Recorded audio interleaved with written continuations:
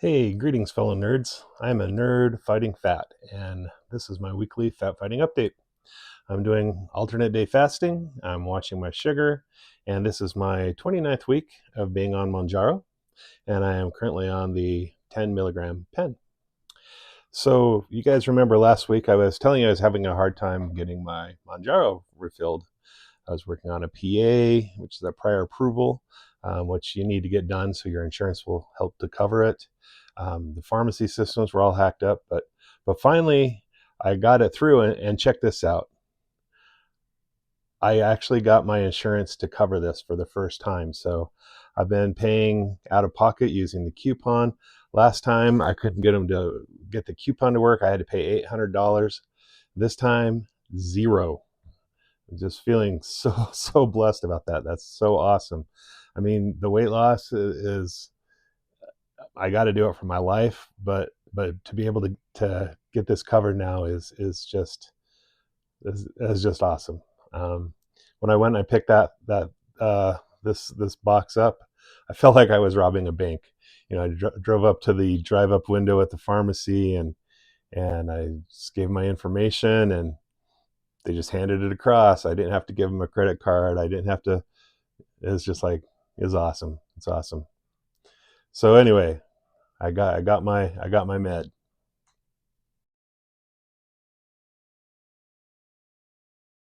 All right, so let's get to the numbers. This is my personal results for this week. So my weight loss for this week was small. It was 0.2 pounds. So not a gain, still going the right direction. But I did have a couple, bigger weeks the last couple weeks. So uh, not surprised that I don't tend to like come straight line down. I kind of tend to kind of go like this a little bit. So my and then also, right, the shot, I finally got it through, but my shot was several days late. So I really only probably had the medicine in me for the Mounjaro, at least for the last couple days. But I did still control my eating without it just fine, I think. But my blood sugar was maybe a little bit higher. Came down a little bit from the previous week. I averaged 114 on my glucose, and calorie wise, again, remember I have 2 days of fasting in here, so that brings the numbers down quite a bit. But my average daily calorie intake was 1,802. My carbs were 111, of which only 15 was sugar, and 14 of that was fiber. I had 108 average grams of protein and 96 of fat. And so one of the things I've been trying to do is I try to keep my protein up, but I've been trying to also get my fiber higher. So what I've been doing is when I have I usually for breakfast lately, I've just been having protein drinks, and I'll add a half tablespoon of ground chia seed and a half tablespoon of psyllium husk powder into that, trying to keep my fiber up. And I think that my thought there is, fiber is good for you, obviously, but I want to try to help keep my body a little more regular. It seems like I've been having issues where just because of the Mounjaro potential side effects that I think this is helping. And in fact, on my side effects for the week, were very minimal, but I did feel the shot, so I know it was working once I finally got it. I could feel it, but I didn't have really bad side effects at all. So so pretty happy with that. I did have my 2 36-hour fasts in, and I did get 6 workouts in, and mostly swimming, and then also some Supernatural on the Oculus, which is like a fun VR game that kind of takes you through a workout. So I've talked about that a couple times. So anyway, that's my numbers for this week. All right, so our fat fighting weapon for this week. You guys know I'm a big fan of Biltong, and comes from I spent a couple years in living in South Africa, and that's a really big thing there. And my brother gave me this new variety here, and it's pretty good. I thought it was pretty good. It's called Hardbodies. It says air dried and spiced beef, but it's basically it's biltong, and they say that on the back of it. In fact, their little Instagram tag is Hardbodies Biltong. I like on the package it says not for vegans. It's kind of funny. But then I'm also not quite sure about their slogan. I don't know if they really thought about it too much, but it says you can't beat this meat. I mean, the guy's from South Africa. Maybe the urban lingo down there isn't the same as here. Or maybe he thinks it's funny. Anyhow, this is the reason I like this is, one, it tastes good, but it's also really high in protein and not the other nutrients. So this is a 2-ounce package, and it is 180 calories for the whole package, and that is 32 grams of protein and 6 grams of fat and 0 grams of carbs. No sugar, no carbs. And the other nice thing about this stuff is the ingredients are usually pretty clean, you know. I also need to get my reading glasses out. I'm getting kind of old, but oh, here it is. So the ingredients, this is the entire list of ingredients: beef, salt, vinegar, roasted coriander, pepper, rosemary, and dried beef powder. So no preservatives, no chemicals, no sweeteners, no sugar. So I like that. Versus like you get our regular beef jerky that we make here in America for the most part, and it pretty much always has some kind of sugar or brown sugar or sweetener in there. And this tastes really just as good. So I wish this would catch on a lot more here. It's kind of pricey just because it's not like the thing here. So there's not any really big cheaper brands. But anyway, this is pretty good. I like that. So it's Hardbodies if you want to try it. I got obviously I bought it again, right? My brother gave me a thing, so I bought a couple more of these off of Amazon. In fact, if you go to their website, they actually direct you to Amazon to get it. So usually I only share things with you guys that I like and I've tried. So if you guys are interested in the stuff that I try that I don't like, let me know in the comments, and then as I try things out, if you guys are interested in that kind of thing, I can share that too. All right, so for my fat fighting food this week, I got something a little bit different to share with you. You know, in this segment, I like to share like something I've cooked or prepared or grew. And so this week, I'm gonna try to do this in 2 parts because I'm just gonna show you starting this out, and then I'll show you here next time what it looks like after a week. But I'm gonna share. This is a Hamama brand of microgreen seed trays. So you know, you can do microgreens a bunch of different ways. You can put it in a box with your own lights, those kinds of things. But so they have this little black tray insert, and then you can get like a bamboo wood frame. I use this because then it looks nice, and so my wife doesn't complain. I've got stuff all over on the windowsill in the kitchen, which is where I'll leave these to let them grow. And so nice thing about microgreens too is you don't really need a ton of light. Like if you were actually growing seedlings for your garden or something like that, you need some kind of a lights or full-on hydroponics like I use. I have to have lights. But for microgreens, most of the stuff's in the seed, and you're just kind of getting it's like just one level past the sprouts, like if you're doing sprouts. So you don't need a ton of artificial lights to get them to work. You can put this totally in your windowsill. But so the way that this works is they sell these seed sheets. So I'll open one of these up. This is the one we're going to do today. So they're just in this paper, and this one is refreshing cabbage seed, and so they call these seed quilts. And so basically, it's just some like a fiber here that's your growing medium, And then you can see on the top here, they have like this paper that's the water will penetrate through, and it's got all the seeds in each one of those little sections. So it's pretty a clever little way to do that. And then inside of the tray here, this sits down, and it keeps it so it's just high enough out of the water. So you fill to a little bit of a point so that it's just enough to like keep this wet, but not submerge the seeds in the water. And so they're kind of up above. So that's kind of the idea. They have all kinds of different microgreen seed quilts that you can try. So this one is a super salad mix. I've got one here that's a energizing kale seed mix. We've got spicy daikon radish seeds. So, you know, if you like your microgreens to have a little bit of spiciness, you can use something like that. If you like a little sweetness, then you could use like just a salad mix.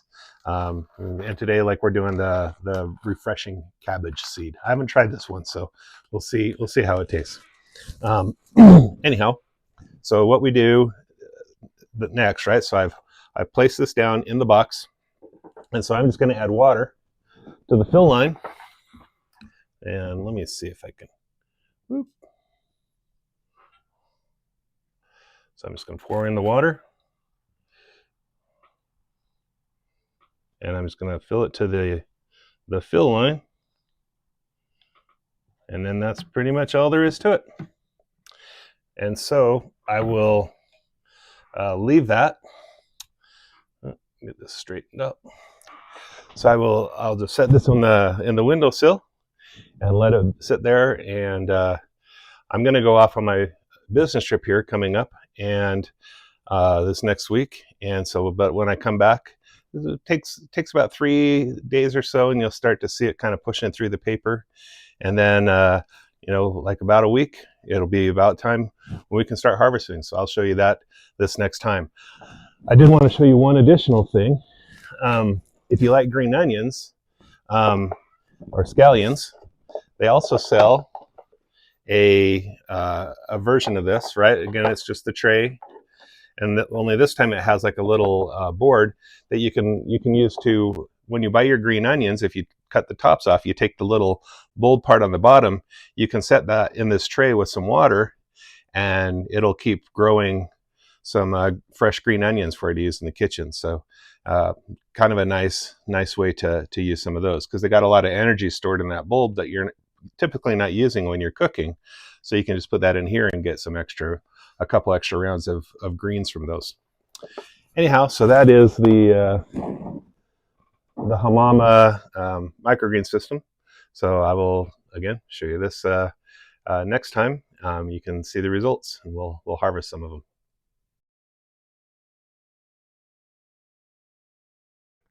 All right, so for our small victory this week, I have a really kind of a good one. So I have a business trip coming up next week, and a lot of my clothes are just, you know, they're just pretty much hanging on me. And so I needed some, you know, I had some clothes from when I was a little bit smaller, but they're older, and I definitely needed a couple things, a couple belts in particular. So anyways, I went to go get some clothes this week, and when I walked in the store, the salesman that was going to assist me, he came up, and he's like, well, let's measure your waist. And I said, okay. And so he measured it, and I know this is still going to seem huge to some of you guys, because remember, I was very big. I was at the start of this, when I was diagnosed with diabetes, I was finding my 66-inch jeans tight. I mean, yeah, it's bad. It was really bad. And, you know, after after dropping a bunch of weight before I started Mounjaro, I got down to, I was wearing 62-inch jeans. And anyway, so he measured, and he told me, I think we're going to go with a 56-inch. I'm like, I was thinking at best it'd be 58, but 56. And he also said, and then you're wearing loose fit now. He's like, we're going to switch you to relaxed fit because you don't need all that extra room in the legs. And I was like, okay. So he got me a couple pair of jeans to try, and as I took these, I'm like, no way this is going to fit. Mm-mm. And as I put them over my legs, they're a little bit tighter on the legs, of course, because it's more the relaxed fit. I'm like, yeah, these aren't going to work. These aren't going to work. But I put them on and did them up, and they were fine. So it's like, dang. And so then I grabbed a bunch of shirts, and before I was wearing 5X, and I could get away with a 4X, like just. So the last time I went and I got clothes was last June. So this was just before I started Mounjaro, and I'd lost 80 pounds plus, doing some alternate day fasting and using my SwimSpa and stuff, and my whole journey up to that point. And there were 4Xs I could get away with an occasional one, definitely not a button shirt, but an occasional, uh, uh, depending on how roomy the companies did the cuts. This time, all the 3Xs I tried fit just fine. So that was pretty cool. That's pretty cool. And again, I know that's probably still pretty big for a lot of you guys, but for me, that was very motivating. That I'm one step away from a 2X. It's like, and a 2X, the meaning to me is that most of the time you go to a concert, or if you go to a like a tourist shop or something, they'll have like t-shirts or things up to 2X. And so I've never really gotten those kinds of things for a long, pretty much forever. I've got tons of hats because they always have, if you go to, you can always get a Hard Rock Cafe hat. You can always get like a hat that says Bahamas or Mexico, or wherever you go.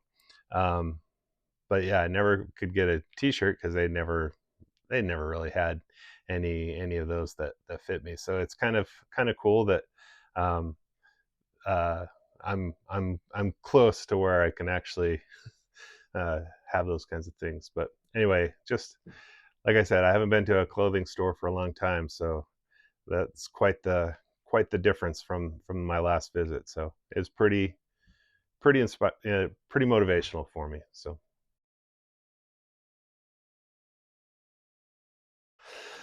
all right, well, that's another week. Getting not a huge loss this week. I had 0.2 pounds, but I had pretty good losses the previous week, so I'm still moving the right direction. And I am a little bit worried about this next week. I'm going on a business trip. Um, I'm going to Boise for work. It's a 5-hour drive. A lot of times in the car, my body just will retain water for some reason, and I don't know if what the deal is. Maybe, and sometimes I'll like have too many carbs and stuff on these trips that I can get in trouble with like a lot of water retention kind of things. The other thing that I'm kind of worried about is I'm going to try to get my shots back onto Friday, so I'm not going to take another shot until next Friday. So that's going to be a 10 days since my previous shot. So those last couple days, I think that the shots last for 5 days about before they start waning off, and that's why you have them like every week. But those last few days is going to be, I'm just going to have to be good. I'm not going to be able to get my fasts in for this week, so I'm just going to have to be as healthy as I can. Try to stay low carb, definitely avoid sugars, what I can, and definitely try not to have too many carbs. So we'll see how it goes, and I'm going to do my best to track calories. Sometimes it's hard. The work cafeteria, it's very hard to kind of figure out the calories there somewhat, but so maybe I'll fail in that aspect too. But we'll do what we can. But anyway, so don't be too shocked if I don't have the best numbers next week. But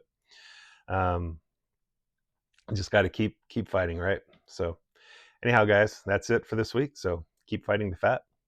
Cheers.